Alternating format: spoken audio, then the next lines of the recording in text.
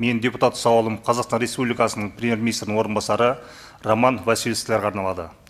Балалардың көп қабатты үйдің терезесінен құлаудың алдын алуына байланысты.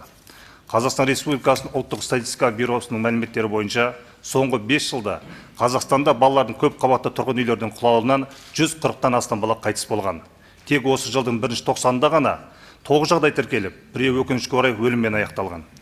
Өткен жылы Нұр-Сұлтан қаласында 2016 жылы туылған бала үлкендердің қарауынсыз қалып, 16 қабатты тұрғын үйдің 5-ші қабаттың пәтерінің терезесінен құлап, сол жерде қайтыс болды. Екінші жағдай Тараз қаласында болған. 2018 жылы туылған бала 5-ші қабат тұрғын үйінен құлап, ауыр жарақат алған.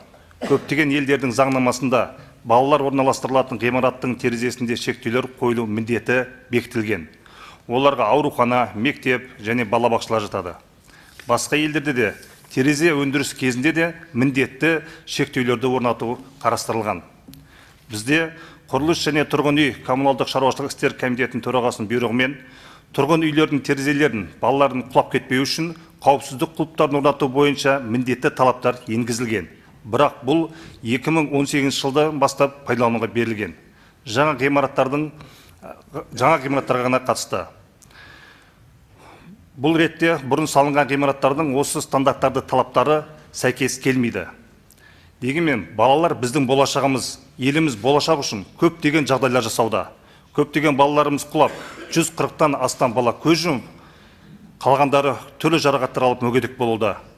Өмірдің қызығын көріп үлгермеген періштелеріміз жоғарыдағы талаптары сақталмағандықтан ауыр жарақаттар алып, мүгедек болып, тағдырлары тас-талқан болуда. Тіпті қазіргі беріп жатқан көптеген жаңа үйлердің өздерінде осы талаптар сақталынбаған. Сондықтан да балаларымыздың қауіпсіздігін үшін сізден келесі шараларды қабылдауыңызды сұраймын. Құрылыс талаптарын сақтау бойынша бақылауды күшейту. Жаңа ғимараттар құрылысы кезінде ғана емес, сонымен қатар терезе өндіріс кезінде, ескі терезелерді ауыстыру кезінде де талаптарды енгізу. Терезе блоктарын орнатуды бақылау үшін авторлық қадағалау жүргізу. Құлыптарды орнатуға қойылатын талаптарды сақтамаған үшін тіпті лицензиялардан айыруға дейін заңды жауапкершілікті күшейту. Осы сауалды қарау нәтижелері туралы заңнамада берілген мерзімде хабарлауыңызды сұраймын. Құрметпен Нұр Отан партиясы фракция мүшесі Ертаев.